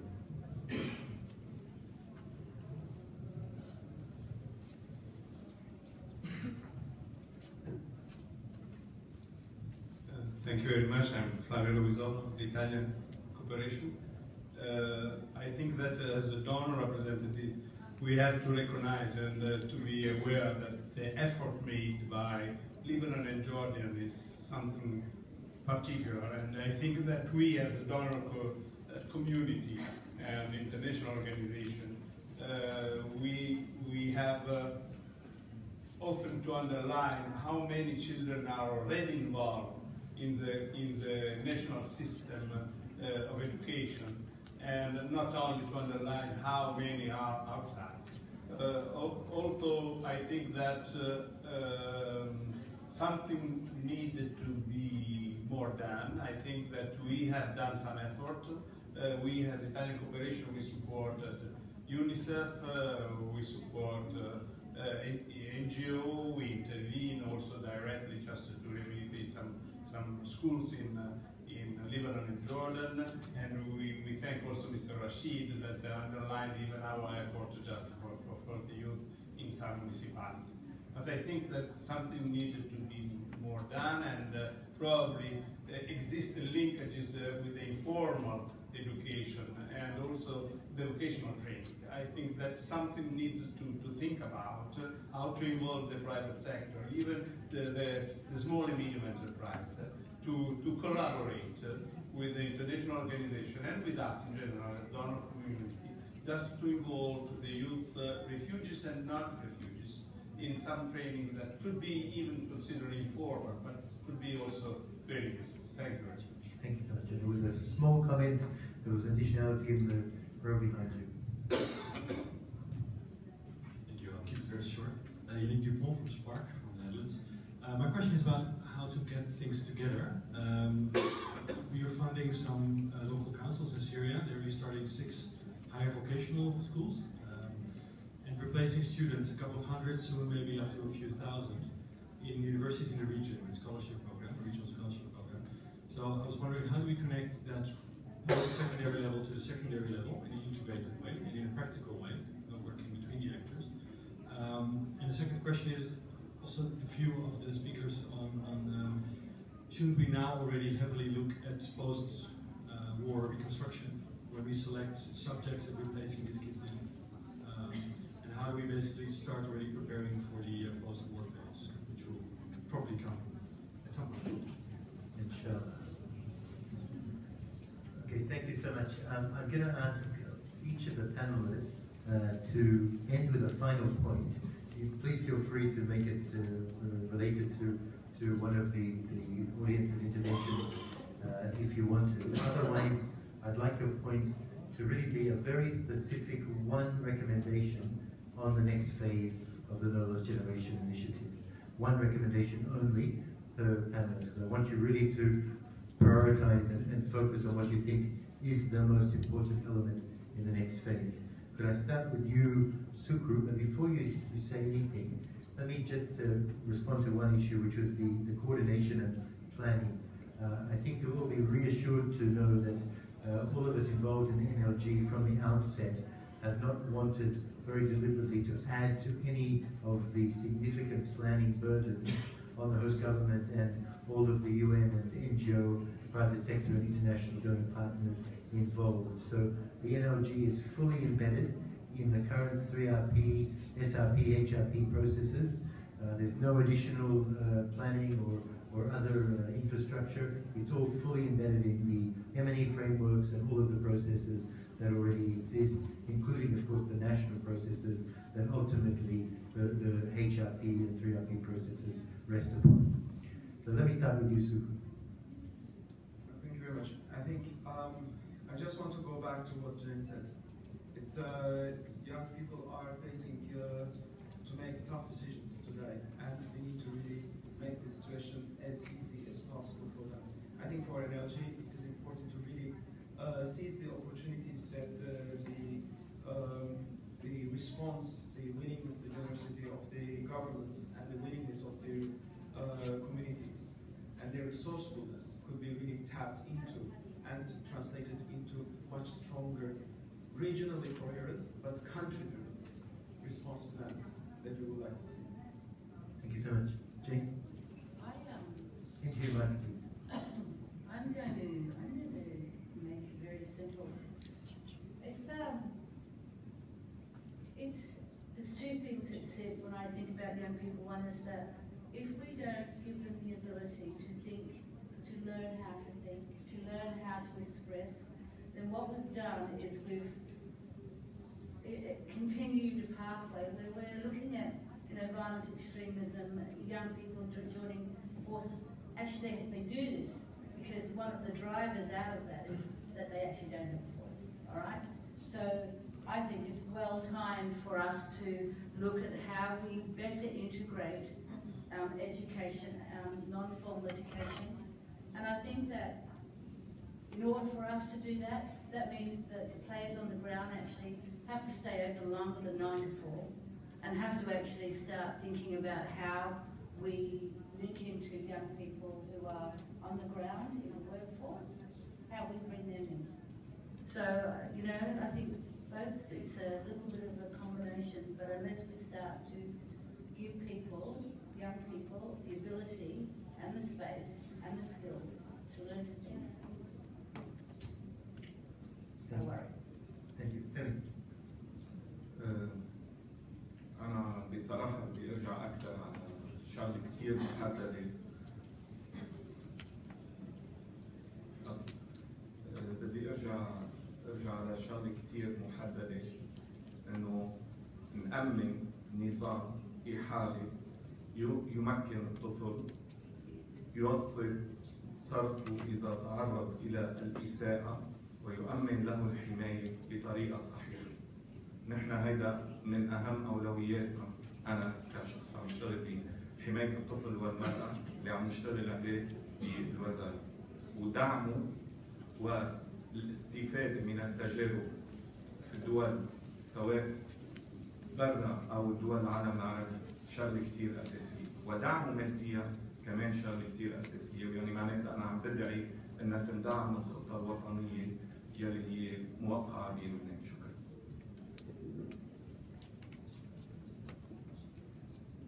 Thank you so much.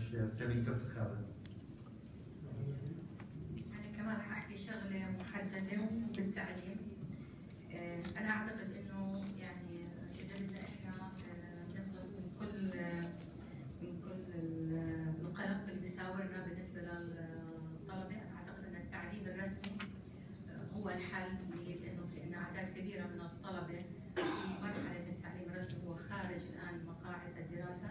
التعليم الرسمي هو الأساس، والأمر ليس بالأمر صعب.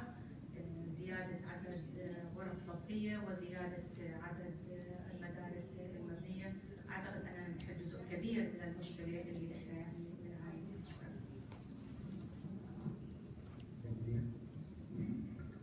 I would like to build on what Dr. Kavla has mentioned and also Jane. And the recommendation is that all partners join their efforts more systematically and more forcefully to invest in quality education.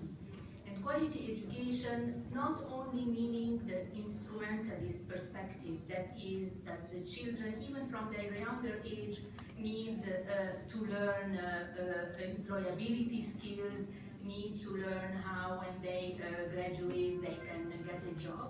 But quality education also from the humanitarian and the humanist perspective, that is an education that is based on human rights, on positive values, on critical thinking, analytical skills, and that empowers young people and also children to look critically at what they learn, but be empowered also in their lives. Thank you so much. And Kiara. I think my desire for the next generation, for this new phase, protection practitioner to really start a deeper discussion with the colleagues from other sectors and looking at the protection issues faced by Syrian children in a holistic way. And so sitting at the table with the colleagues from education, livelihoods, and looking at all the aspects of how we can all work together to solve this. Thank you so much. Thank you so much to the panel and to the audience. Let me just bear with me for 2 or 3 minutes while I try and capture some of the salient points. It's been a very rich and diverse discussion. Here we go. I've got 8 points. The first is an introduction that it's very clear that an entire generation is at risk due to the crisis in Syria and surrounding countries, and that the protracted crisis continues to underscore huge vulnerabilities for societies at large, but particularly for children and young people. The first point is that neighbouring states are indeed bearing the burden of that, but they're stretched to the limit. They need further support from the international community and from all of us as partners, so that this straining doesn't result in further tensions and instability in the host countries themselves. We need the leadership of the host governments, clearly, as we embark on the next phase, which is more long-term in thinking, which will require strategic plans, strategic frameworks, policy shifts, coordination, monitoring evaluation systems, and a focus on standardization. The second point is on education. It's clear from all of the views, expert practitioners, young people themselves, everything we've heard today, that education remains a top priority for our response. Our colleague from the Italian Corporation reminded us that it's not all bad news. There are indeed 1.5 million children who would not be in school today who are there because of our collective efforts. However, 2.7 million children are out of school because the needs keep growing, because the crisis keeps expanding. But it is complex to deliver education, as Dina pointed out. There are around 1 million children living today, for example, in ISIS-controlled areas of Syria. That's not going to be easy to access that, but we need to try. And we need to try using both formal and informal methods, as long as there's a pathway to accreditation and certification. The type of education is equally important. It's not just about access, it's about the quality. I think you heard all of the speakers talk about critical thinking, civic education, tolerance, peace building. We hear that from Iraqi ministers all the time. Please help us with peace building and tolerance education. So clearly education remains a major priority. Third point is on partnership. I think we heard very eloquently from Mr. Karami about the work needed to cross all organizations, to cross the key 3 sectors in NRG, but also the work that's required to cross countries and learn from each other in this sub-regional and regional crisis context, and to continue to invest in that learning over time so that we can share it with all of the surrounding countries. The partnership needs to involve, of course, host governments, donor governments, UN, civil society, and I think we heard a strong pull from private sector today. And I think the links between the sectors became very clear in this partnership. When we think about education, we also think about the links to employability and ultimately employment. How can we do that unless education colleagues are working with private colleagues to understand markets, for example? The fourth point was on young people. I think a strong rallying call in the NLG that young people need a voice, not only in this initiative, but in all of the response related to Syria. And we need to be serious rather than just rhetorical about that. It needs to include adolescent girls, and we need to focus not only on, as Dina called it, the instrumentality, but actually some of the softer issues around dignity, identity, purpose. It came out strongly from our colleague from World Vision as well. The fifth point is really on advocacy. I think the first phase of NLG has presented a series of very difficult, complex, and equally important advocacy issues, a series of grave violations across child protection concerns, violence, abduction, the targeting of civilians and civilian infrastructure. We need to be more vocal and outspoken, demanding accountability of the parties to the conflict, all parties, to meet their obligations in this regard. The sixth point is on protection, and here I think there's a strong call to learn from the first phase of NLG, where we saw a very prominent child protection program. We're now expanding that into comprehensive frameworks that bridge not only child protection, but also social protection. A strong emphasis, therefore, on cash grants and how we link those cash grants to social sector outcomes. Decreasing early marriage through cash grants, increasing out-of-school children, getting them back into school through cash grants. So the linkages across the framework. The seventh point is really one for perhaps our international financial institutions and our donor community. You've been very generous. We couldn't have done any of this work without the support and the very generous support of the donor governments.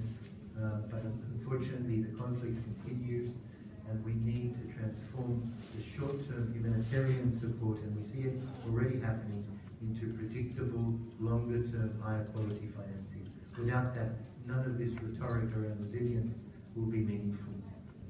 And the final point is really that ultimately, I think what we've heard from everyone today is that the crisis in Syria and surrounding countries is not just about military gains between domestic, regional and world powers. It's not just about the geopolitical shifts in the region, it's actually about people. And fundamentally, the people who we need to invest in are children and young people. Without that, even as we all hope a serious political resolution will occur quickly, without the investment in young people, we won't have the citizens to rebuild the Syria of the future. I thank you all for your active engagement. It's been a tremendous panel, and join me in thanking the